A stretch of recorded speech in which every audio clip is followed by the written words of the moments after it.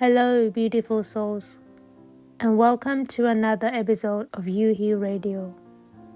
I'm so happy you're here with me today. Whether you're tuning in to find some peace, seeking wisdom, or just wanting to connect, know that this is your safe space. Together, we're on a journey of growth, healing, and discovering our truest selves.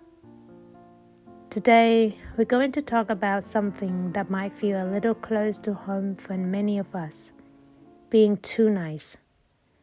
We often think that being nice is always a good thing, but what if I told you that being too nice can actually be harmful, not just to you, but to those around you as well?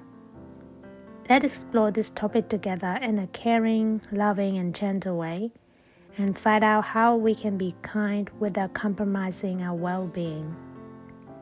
So, let's take a deep breath and dive in.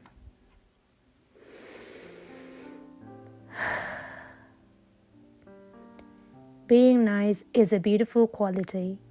It means we care about others, that we want to spread kindness, and that we value harmony in our relationships. But there's a line between being nice and being too nice, between being kind and being a people pleaser. And when we cross that line, it can lead to some serious consequences. When we're too nice, we often put others' needs before our own, to the point where we might start to lose ourselves. We might agree to things we don't really want to do, avoid conflict even when it's necessary, or stay silent when we should speak up. Over time, this can lead to feelings of resentment, burnout, and even a loss of self-respect. For example, think about a time when you said yes to something you really didn't want to do. Maybe you agreed to take on extra work even though you were already overwhelmed, or you went along with plans that didn't really make you happy. At the moment, it might have seemed like the right thing to do. You didn't want to disappoint anyone after all. But afterward, you might have felt drained, frustrated, or even a little bit angry with yourself. So why is being too nice harmful? First and foremost, it's harmful to you.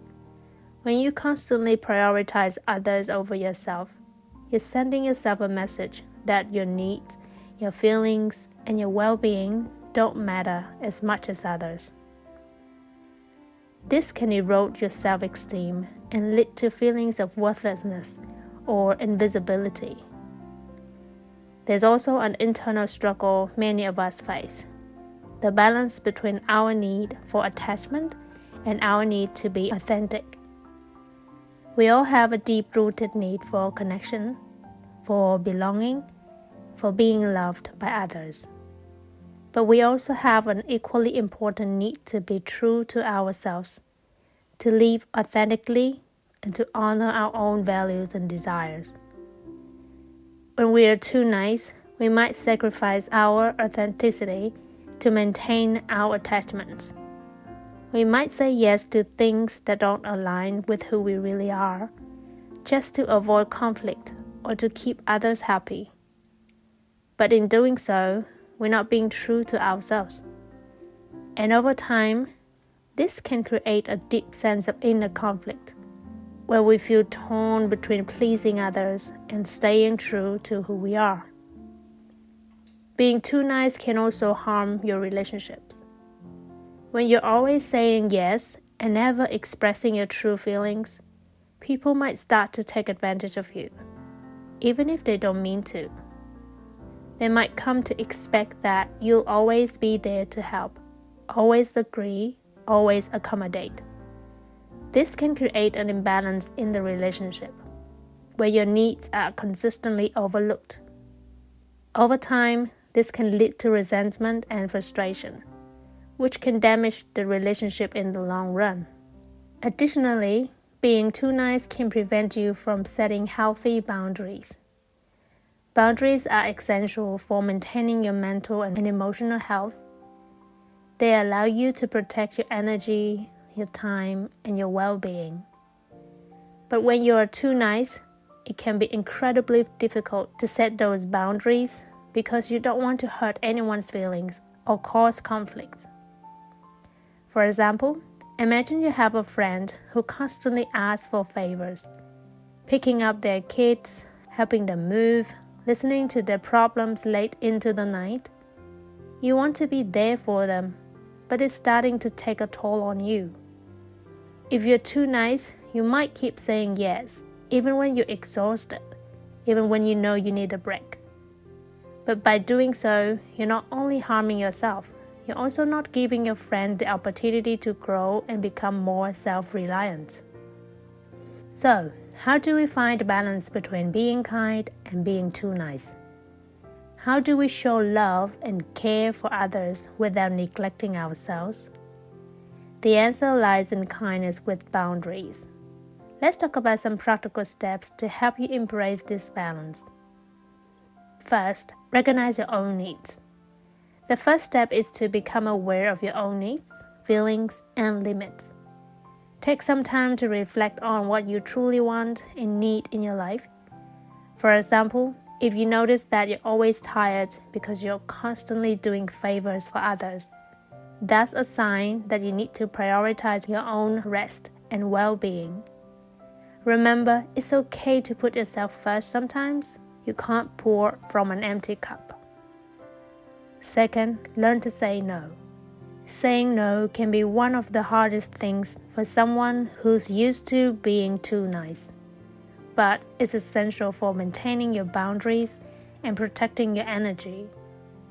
Practice saying no in a kind but firm way. For instance, if someone asks you to do something that you don't have the time or energy for, you could say, "I wish I could help, but I'm really stretched thin right now. Maybe another time?" This way, you're being honest without feeling guilty. Thirdly, communicate your boundaries. Clear communication is key to setting healthy boundaries. Let others know what you're comfortable with and what you're not. For example, if you need some alone time to recharge, let your friends or family know that you're taking a break and will be available later. It might feel uncomfortable at first, but it's a powerful way to take care of yourself while still being kind. Next, practice self-compassion. Being kind to yourself is just as important as being kind to others. When you do set boundaries or say no, be gentle with yourself. Understand that you're doing what's best for your well-being. For example, if you feel guilty after saying no, remind yourself that you have a right to protect your time and energy. Self-compassion will help you build resilience and maintain your boundaries. And lastly, surround yourself with supportive people. Surround yourself with people who respect your boundaries and value your well-being. These are the people who will encourage you to take care of yourself, who will understand when you need to say no, and who will support you in finding balance. Having a strong support system can make it much easier to navigate the challenges of being too nice. As we close today's episode, I want to leave you with this thought. Being kind and being nice are beautiful qualities, but they should never come at the expense of your own well-being. By finding the balance between kindness and boundaries, and by honoring both your need for attachment and your need for authenticity, you can create healthier, more fulfilling relationships with others and with yourself. Thank you for joining me today on YOUheal Radio. Remember, you are worthy of love, respect, and care, both from others and from yourself. Until next time, take care of yourselves and keep shining your light.